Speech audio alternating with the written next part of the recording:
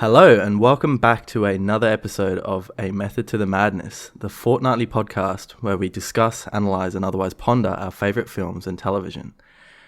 I'm your host today, Mitchie, and joining me as usual is Patrick. Hello. And today we'll be reviewing our second international film, actually, as in a film that's not directed in like a Western country. This film is Sputnik, the Russian film by Egor Abramenko, starring Oksana Akinshina, Fedor Bondarchuk, and Peter Fyodorov. And it goes without saying that just like in our Parasite podcast, we can't pronounce these names very well, so yeah, please forgive me. Yeah, so we decided to do this one because, well, I don't know, I decided on it and I got Pat to watch it, but like I watched it a few weeks ago at the cinemas because the cinemas where I live kind of do a little bit more unusual stuff, and I thought it was an alright movie, and it was quite an interesting movie. Something quite, like, considering it came out this year, it's quite novel in some ways, and I didn't mind it, so I thought it'd be a welcome change, something a little bit more, less kind of analysis-wise and just a bit of fun, you know. So we'll start off anyway. What do you think of this movie, Pat? I mean, when do you watch it? Last night, right? Yeah. Or this morning? No, last night. Yeah. I did like this film. It was well made. Yeah.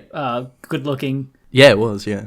I haven't seen many Russian films. I've been meaning to watch. So there's this Russian director, Andrei Tarkovsky, I believe. He's so famous. Yeah. Yeah, he's one of like the most uber famous filmmakers of all time. He made these two films called Stalker and Solaris? Yeah, Solaris, yeah. So they are two sci-fi films made in Russia in the 70s, I believe, and they're like really famous. So yeah. And I haven't seen either of them. I've been meaning to, but yeah, I don't know. I was keen for this because, like, you know, kind of Russian sci-fi. I was interested to see maybe if there is this legacy that I'm not sure about Russian sci-fi. Yeah.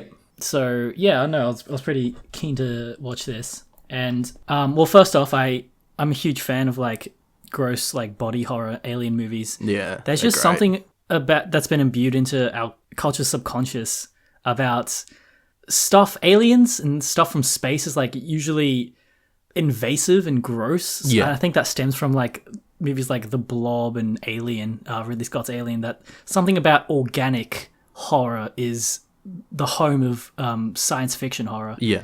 Yeah, I don't know. I just it always makes me queasy and uneasy. And this film, like it just in that aspect did it really well. Yep. You know, me personally, and I'm sure like you and a lot of other people know a lot about the Cold War from like the American perspective, right? So I was really interested to see, and you know, this film is set during the Cold War. So I was really interested to see Soviet Cold War era science fiction. Because, you know, from my perspective, that's a novel and unusual idea or like setting, I suppose. Yeah.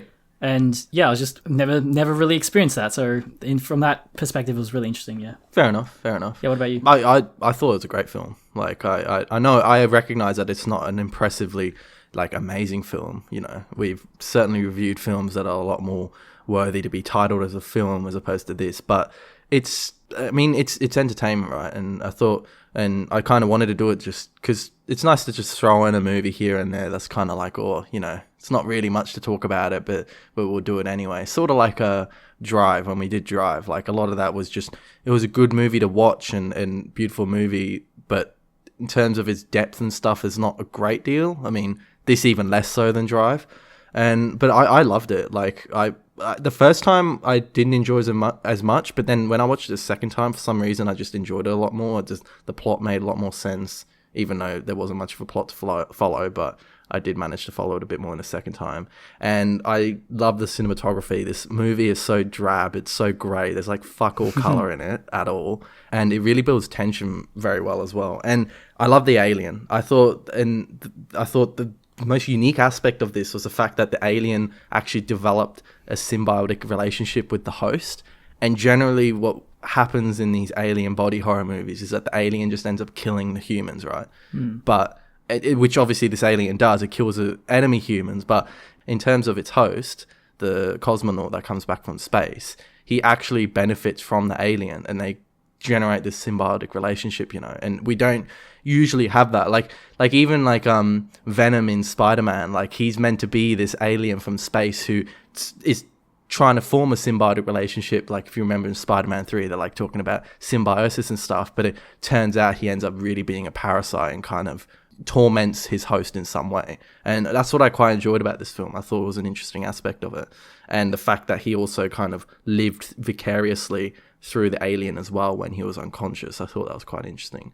I don't really have any major problems with this movie. I just think it really fits its genre well. It does a very good job at it. So I don't know. I think it's great, and there's some good stuff to talk about. Just interesting things. I like how the cosmonaut, he was pretending the whole time to not know that he had an alien inside him. But I kind of picked up on that through his performance. I was like, this guy definitely is faking it. And then turned out I was right later on. So props to him for that. Yeah, it was cool, and like he was experiencing all of it as well, like all the murders and stuff. That's interesting. Yeah. Can you take us through the plot summary, Patrick, please? Yeah. Okay. So, 2 cosmonauts undock from their space station to return to Earth. At the landing site, one of the cosmonauts has been brutally killed, leaving one survivor, Konstantin. Tatiana, a psychiatrist, is chosen by Colonel Semiradov to diagnose Konstantin, who is held under high security in the remote steppes of Soviet-occupied Kazakhstan. It is quickly revealed that there is an alien residing inside Konstantin, which only shows itself at night when he is unconscious. Tatiana's true mission is to successfully separate this alien from Konstantin, as both are dependent on each other to survive. When Tatiana suspects some information is being withheld from her, she is shown the true nature of the alien. It is completely symbiotic with its host, and its experiences are vicariously but quite tangibly lived by Konstantin as well. Konstantin knew this, but feigned ignorance in hopes of returning to normal life to find his orphaned son. Sensing Colonel Semiradov's intentions of killing Konstantin, Tanaya aids him in escaping. The alien is released from his body and they escape. However, Konstantin's condition quickly deteriorates, as it is clear he is entirely dependent on the alien. In the steppes, Tatiana and Konstantin are confronted by Colonel Semiradov, who has contained the alien. The alien kills the colonel and inhabits its host once again. Konstantin accepts the only viable solution to prevent the alien from escaping into the real world, killing himself.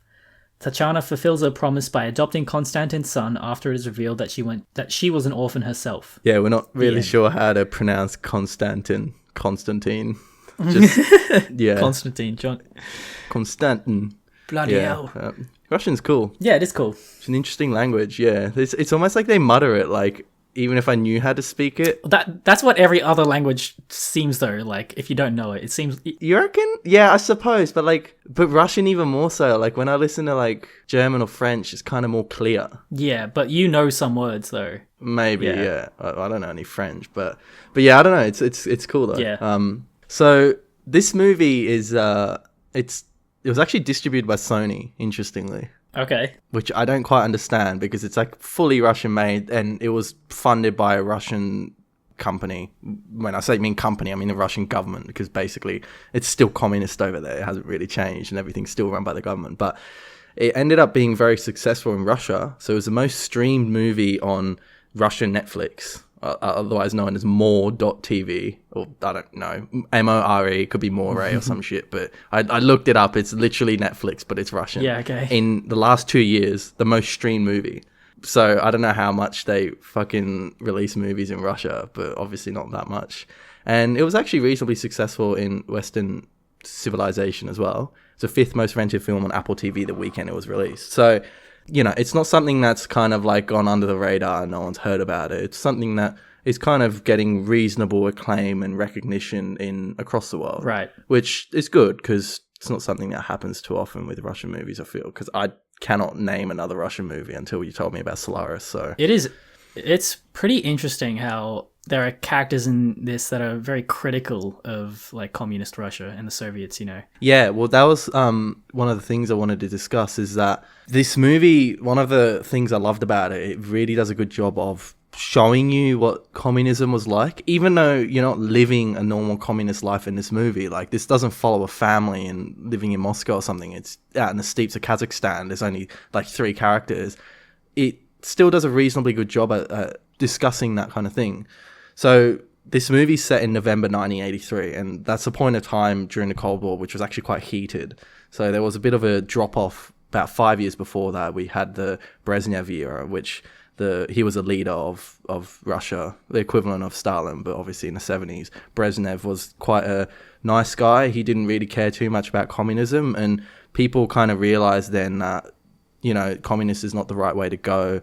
He started to introduce more capitalist ideals into Russia, like department stores, etc., and people could go shopping more. And even though there were problems with his reign, the people kind of understood what it was like to live in a more Western capitalist democracy.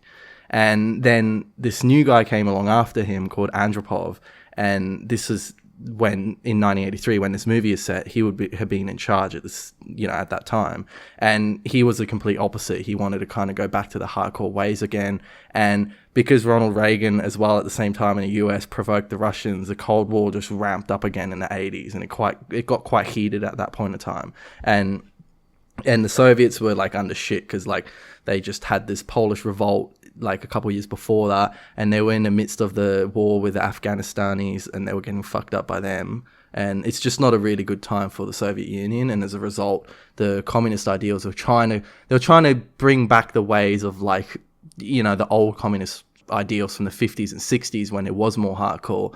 But because of Brezhnev before Andropov, people kind of knew what it was like to be Western. Right. And as a result, people are kind of disillusioned. And you can really see that with these characters, right? Like the main character, I love it. Like, I love her. Like, she's great.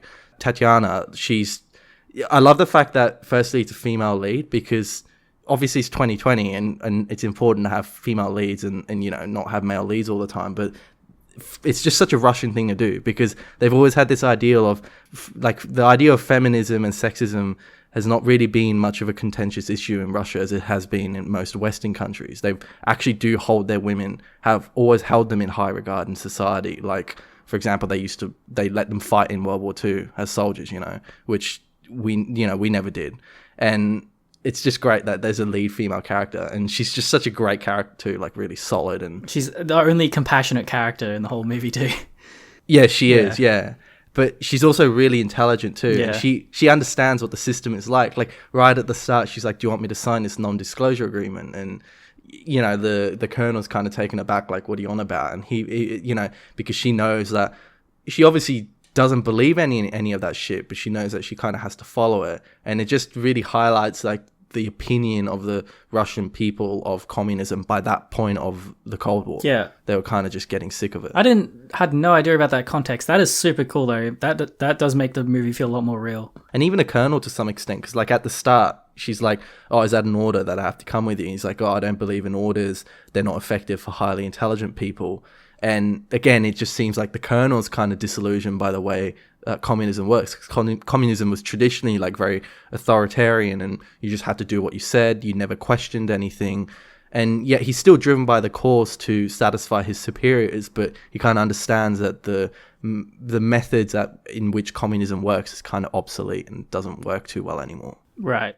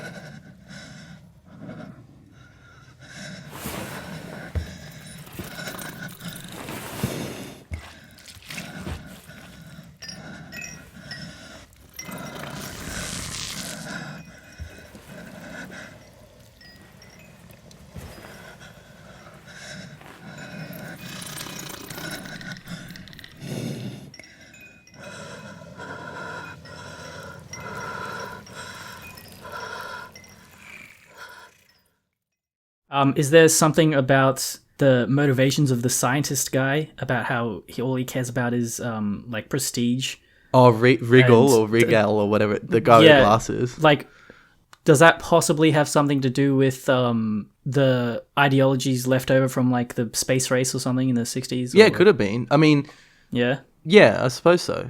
Because They were very competitive at the time, and it was interesting, like, because she does specify, like, I'm not after your Nobel Prize, and it's like, yeah, I mean, during the Cold War, it's Cold War's weird, like, I never, it's a war, but not really a war, because, like, yeah, it's a super nebulous period of history. Like, yeah, it doesn't, like, super vague. It is, and it's like you're at war with someone, Yeah. but then you'll compete with them in the Olympics and stuff. It's kind of a bit bizarre, like, or try and compete for Nobel Prizes, like one year will be won by an American, next year will be run by Russians, but technically you're at war. Like, it's such a interesting, bizarre period of history. And I also like, there was a lot of subtext about heroes in this movie. Like, they talk about it a fucking lot, because the cosmonaut has always been held in high regard as a hero, as always a hero of the Soviet Union. And that's not to say that that's not the same in America or other countries. Generally, like Neil Armstrong and Buzz Aldrin, when they went to the moon, they were held up as kind of heroes of America as well, But obviously with the Russians and communism, they kind of hold it to even more of a higher standard, and he feels himself to be a true hero. And then the protagonist, Tatiana, she's obviously, again, being a disillusioned communist or disillusioned Russian, she just says to him, like, what's heroic about sitting in that tin can for 2 weeks at the expense of the government? And, like, compares him as a hero to attacking a tank with a grenade. Like, they're completely different things. And traditionally in Soviet heroism, it was always war and things in battle that kind of won you that rank as a hero, like you would do a grenade attack on a tank. And by that point in time, it wasn't so much of a thing anymore. War wasn't is a method to kind of drive the communist system. But by the 80s, they weren't really at war anymore. I mean, sure, they had the war in Afghanistan, but it wasn't a great war for them because they weren't victorious at all. And again, that kind of shows that the communist system is decrepit and old. It doesn't really work in this modern world that is so disillusioned and understands what it's like to have, like, freedom, etc., like America. And it doesn't really work anymore. And I quite like that aspect as well. It's just, again, kind of tying in with the Soviet thing. Yeah, that is interesting. I just looked up, like, the Cuban Missile Crisis. Yeah. Which was in 1962. Yeah. Which is, I thought that was, like, at least in the 70s. So, like, yeah, the presence of war wasn't really a very salient thing, I guess, for a couple decades at least. Yeah. When this took place. So, yeah, I guess that makes a lot of sense, yeah. Yeah, I mean, well, really the last major war for Russia was World War II. Yeah, right. Like, the true victory, like, they rolled in and beat the enemy fair and square, But by that point in time, like, you had Korea War, Vietnam War, but Russia was never really involved in those, or more proxy wars. And then Afghanistan was actually a true war for the USSR, but they got rolled there. And again, not a proper war either in a way, because they were fighting a lot of insurgents. And when were the Russians in Afghanistan? They invaded in, I think, 79. Right. Okay. Yeah. Wait, what were they doing? Yeah, just chilling. Just thought they'd start a war. They just invade Afghanistan. So basically, I think what happened was that there was sort of a semi-autocratic king / royalty running the country / some sort of government. They weren't too great. And the Communist Party of Afghanistan staged a revolt, and they took over in a coup. As a result, there was another revolt by a lot of the insurgents in Afghanistan, like the Mujahideen and a lot of other people, which have effectively developed into, like, modern day Taliban. And they revolted against the communists because the communists were new and revolted against the government before that. So then the Soviets, because they were backing that communist government because they were communists, they just rolled in and basically helped the communist government of Afghanistan out. But it was an abysmal failure. Like, the Russians lost a lot of men very quickly, and it cost them so much money. And, like, no one wanted them there either, because basically they just declared war on a country for no good reason. Like, it had nothing to do with them. So all the Western powers are, like, pissed off with Russia, and, like, it went on for about 10 years.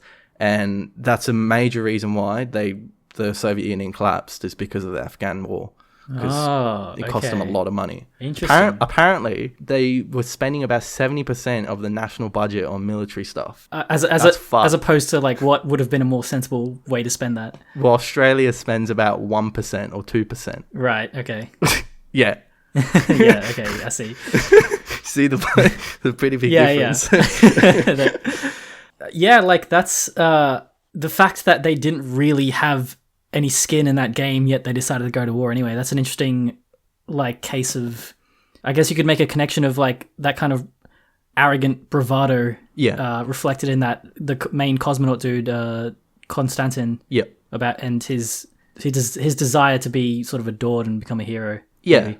Yeah, exactly. Yeah. It's like I don't know if it is, but it's like the communist way, sort of, you know. Soviet patriotic ideology, maybe. Yeah. And the interesting thing is we talk about heroes in this movie, and the alien itself, it feeds on cortisol, right? That's what they say. It feeds on fear, effectively. And it's like an interesting parallel there with the heroism, because what does it take to become a hero? It takes you to overcome your fear to become a hero, you know. And this alien does feed on fear. It feeds on, I guess, the people who are not heroes. And interesting parallel there, given that he is the cosmonaut and he is the hero in the communist eyes, and he's the one feeding on those that are not heroes, that are fearful. Did it give a reason as to why it didn't take his partner?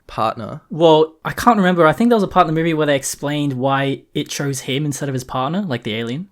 Yeah. So he had early onset Addison's disease, I think, and basically that results in more cortisol production or something like that. Or okay, so he was just tastier. Yeah, I think he was tastier and not as good as a hero or something like that. Like, he didn't have the right characteristics. Right. Because if he was always fearful, then yeah. Yeah. So, yeah, I thought there was some sort of, like, thematic connection as to why that decision was made. But yeah. Yeah. It's an interesting, and that's what I like. I like this movie because the alien is cool. And going back to the symbiosis thing, what it does is it kind of makes the alien more human, because he has these human characteristics, because he shares the same experiences and memories with Konstantin. And, you know, it's kind of like when he goes up to the alien, when I say the alien goes up to her, the Tatiana, in the cage, and, like, you know, she starts singing to it, and he hears it, he being Konstantin or the alien, I'm not sure, but, like, you know, it feels a lot more human. But generally in an alien kind of body horror movie, the alien is just a baddie, and you never really sympathize with it at all. You know, nothing like that at all. You just want to outright kill that thing, but not so much in this. Yeah. Tatiana was, like, stupidly she had brave. Balls, eh? Yeah. Yeah, fuck. like, you know, it makes sense for, like, the movie for her to be the bravest of all the characters, but, like, it was really, like, it was a really dumb thing to do. Which one? Going into that cage with those prisoners? Yeah, going into the cage. Like, her willingness to just interact with the alien, like, having spent 2 minutes with it, being like, it seems friendly. I mean, but it's good though, because it's like, she's doing it in the name of understanding the creature, right? And it's kind of good to get this other aspect of it, like, we're trying to understand the alien as opposed to just killing it, which is just generally the case for alien movies. There's always that one character though who's like, well, I guess in this movie it's Tatiana and the scientist dude, who's always like, their motivation is more selfish because they want to preserve it, and they don't care if, like, people die along the way, you know, kind of thing. That's a good point. Yeah, they kind of hold an alien in higher regard than humans, which isn't necessarily a good thing.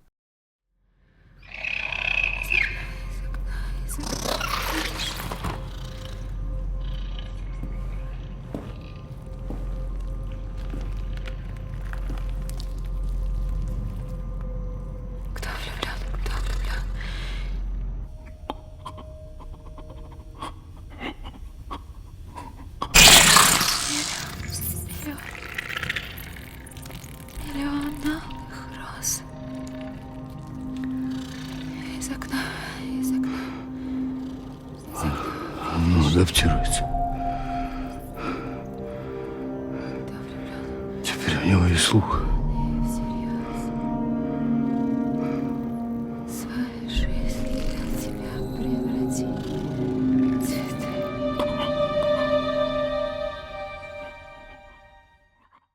So, just to finish up, the director this is his directorial debut, right? So it's his first film. Mm-hmm. And he was actually directly inspired by, quote, Alien, Blade Runner, The Thing, E.T.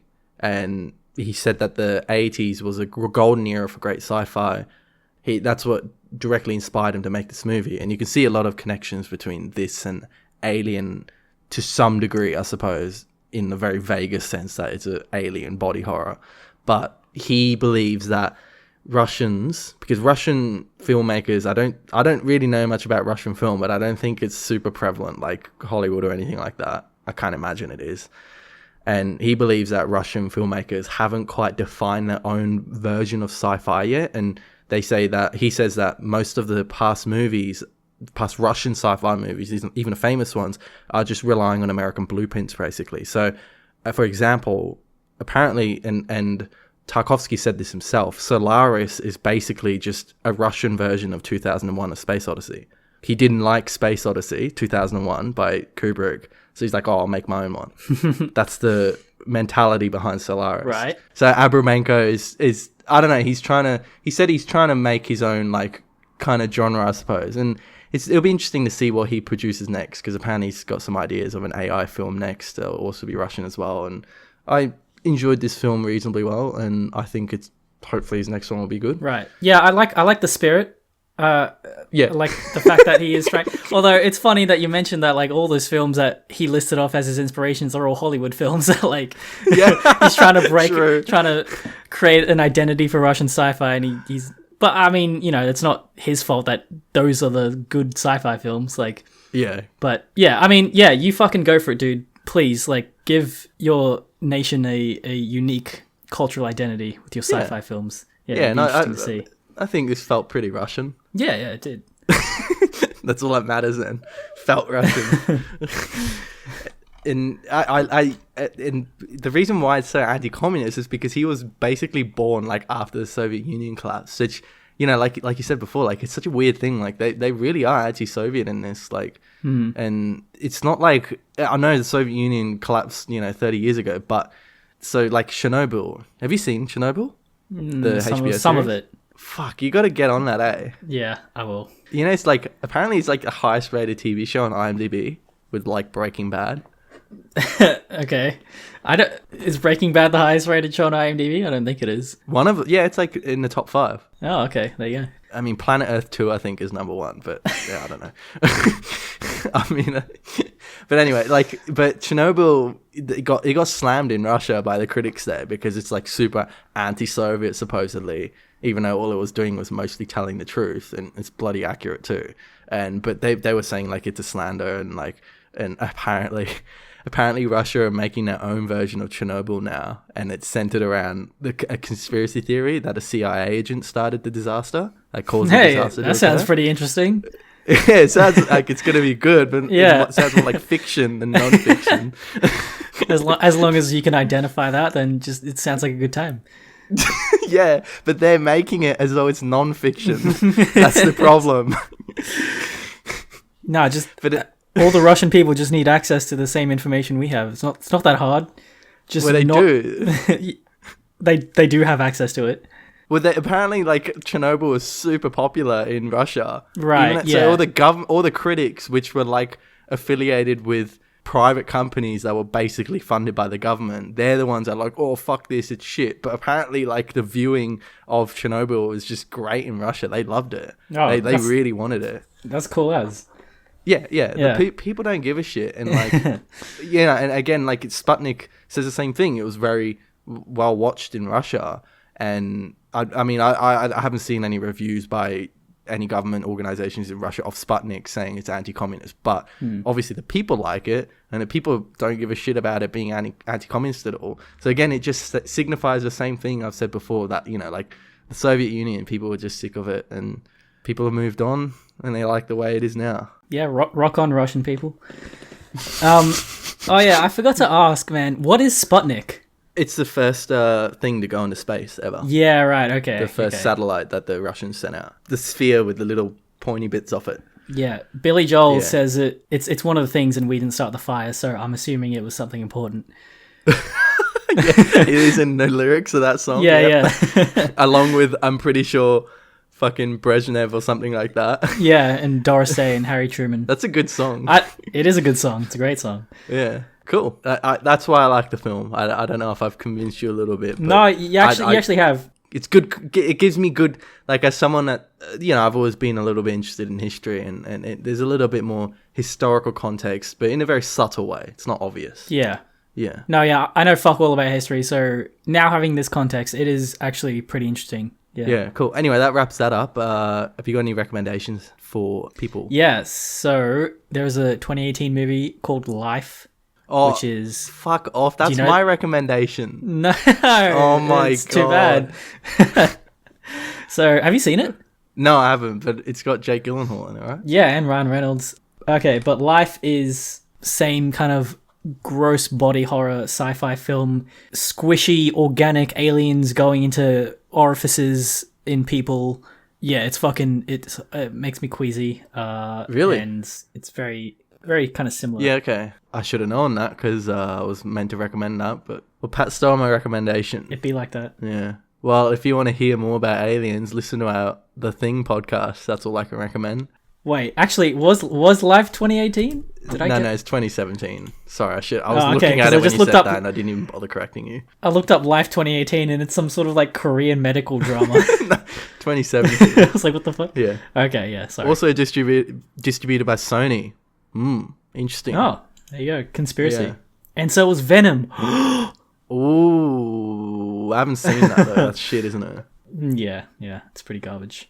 All right. Well, I'm not recommending that film. Can you plug us? Where can people find us, Patrick? People can find us on Spotify, YouTube, SoundCloud, iTunes, and Stitcher.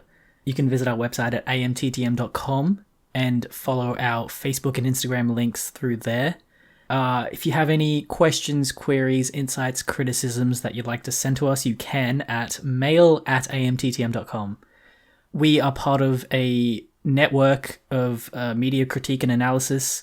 So if you like the stuff we do, then you'll probably like the stuff over at zeroindent.com.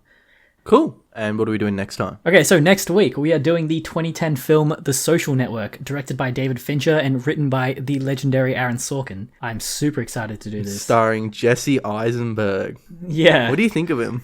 Oh, yeah, he's good. I like him. Do you find him to be a bit of a dick? Yeah, like he's got like this nerdy arrogance to him. Yeah. Exudes. Yeah. Yeah. That's a good way of describing it. What the fuck? Justin Timberlake is in this? Yeah, I was looking at that too. Why the fuck is he in it? Yeah, what the hell? Yeah. So yeah, we'll see you next week for that. Sweet. All right, well, there we go. Social Network next fortnight. Well, thank you for listening to our podcast, and hopefully we'll see you next time. Bye. See ya.